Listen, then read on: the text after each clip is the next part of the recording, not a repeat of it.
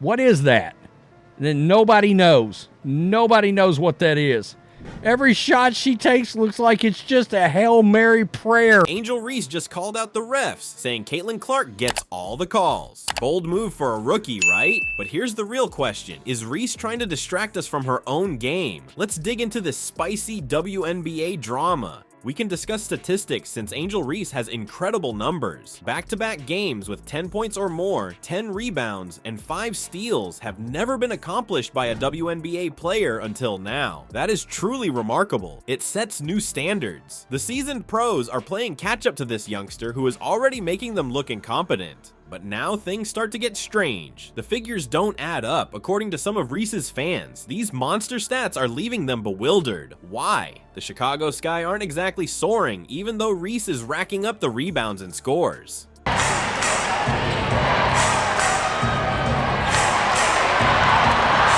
My goodness, we're having an Angel Reese appreciation celebration today.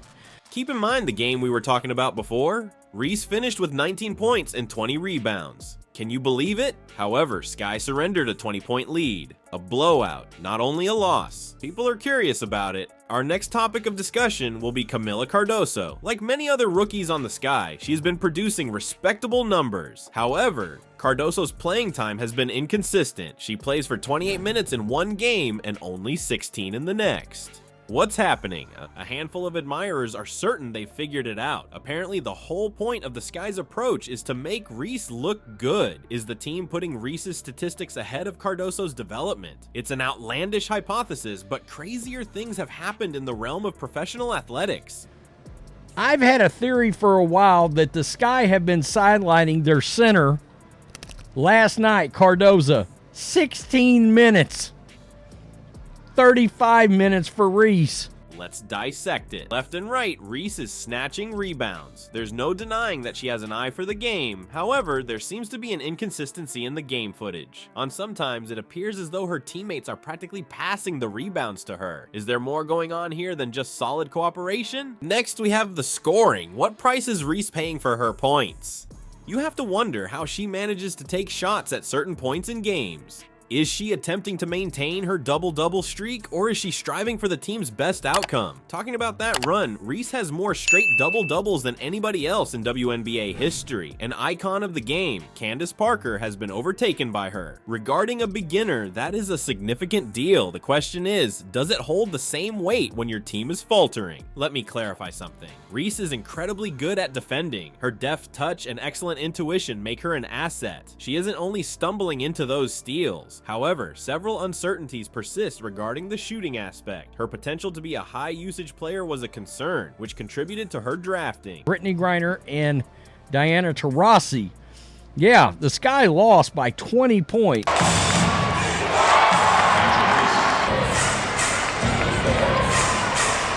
As they're celebrating the fact that Angel Reese actually shot 50% from the field. Is this all there is to it? Is Reese the WNBA's next great thing, or is she merely a prolific scorer? Opposition and support among the fans is divided. Some are hailing her as a game changer and lauding her for her accomplishments. Some are taking a step back to assess the team's overall performance and are asking whether these specific statistics matter in a losing cause. Against the Mercury, do you recall playing? Let's analyze it step by step. Continually snatching rebounds, Reese seemed to be everywhere on the court, but I noticed something. I bet you didn't notice it the first time, and I wanted to share it with you. On one occasion, Reese receives possession of the ball close to the top of the key. After pausing for a dribble, she, get this, begins dribbling again. Is what I said understood? Rewatch it in slow motion. The referee failed to signal the end of that perfect double dribble. Along with that, it's not an isolated incident. By our count, Reese managed to get away with at least 3 more identical maneuvers in that game alone. The topic of Reese's shooting can be discussed now. A great player should have an effortless, self-assured stroke, correct? On the other hand, hand, there are a few of these shots that appear more like frantic heaves than good basketball. There's this one play when Reese gets the ball on the wing, fakes a pump fake twice, though no defender is close by, and then shoots and his jumper just misses the basket. Is this the kind of shot selection that a top player should make? However, it's not all about the missed opportunities. Making decisions is the key. There are times when Reese has an open teammate in the paint, but she chooses to take a contested jump shot instead. I mean, she could steal a rebound for herself to boost her stats, but would that truly benefit the team? Take a look at what Caitlin Clark has been up to recently in the NBA. Clark is winning games while Reese is putting up stats. Which is more crucial? Clark is improving her teammates' play in addition to her own. She's been instrumental in her team's success by identifying open players and facilitating easy baskets. We can examine the data numerically, averaging 22 points, 8 assists, and 7 rebounds in their past 5 games. Clark was a major contributor. Of the 5, her squad came out on top 4 times. Yes, Reese. Her average stat line was 18 points, 15 boards, and 3 assists. Incredible, isn't it? Unfortunately, her squad's record was just 1 of 5. Statistics, as the old adage goes, don't reveal everything.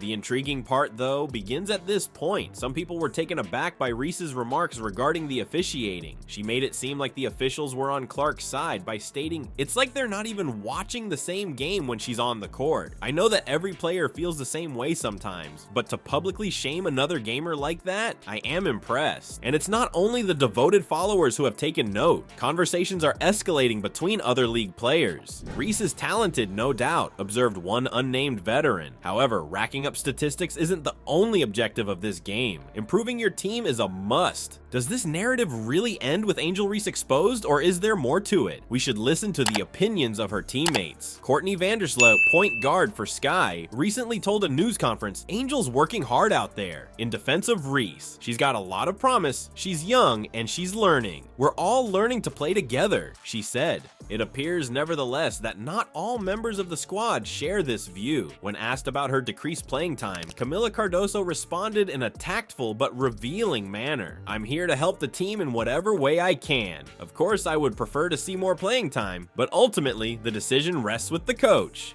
Okay, now we can discuss the talk of the town couple, Angel Reese and Camila Cardoso. For reasons beyond their individual statistics, these two rookies are creating WNBA history as a team. No other rookie duo has ever accomplished what they have accomplished. 3 times this season, they have recorded double-doubles in the same game. What on earth? The strangest thing is that the fans aren't exactly ecstatic. Why?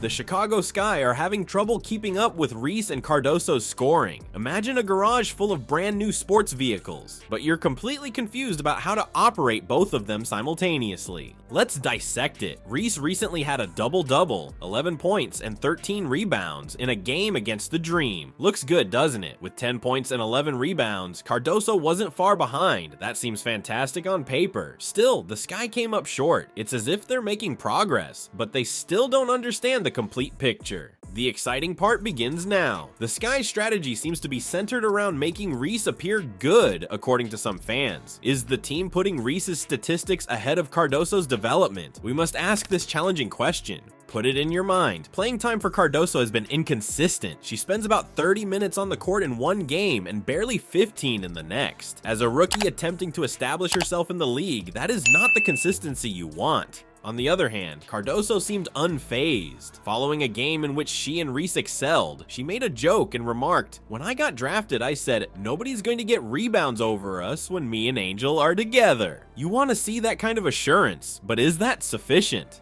The broader view is worth considering. They have a 4-6 record. That isn't very good. To be honest, it's disheartening for a squad that has so much youthful potential. There seems to be a disconnect, and it could extend beyond Reese and Cardoso. Is the problem with coaching? Do they not know how to make the most of their rookies? Or is it simply the team's experience as they adapt to the addition of these new stars? The Sky must quickly ascertain the cause if they desire to reverse their season's fortunes. What follows is an explanation of what caused all the fuss. Do you recall when Reese criticized the officials for showing partiality to Caitlin Clark? Rapid escalation ensued. It was no longer solely about basketball. Fans were divided. Players were speaking out. However, I must ask, was Reese correct? The topic is sensitive. Every player feels like nobody is calling them, but to publicly shame another player like that? Quite daring. She had some supporters who agreed with her and said someone needed to speak out. Some others saw it as jealousy. The truth is that Angel Reese isn't the only one this is affecting anymore. The Chicago Sky is only one of several factors. All of this is making us reevaluate our criteria for WNBA success. Does it solely depend on personal statistics? Which team came up on top, or is there another aspect to it?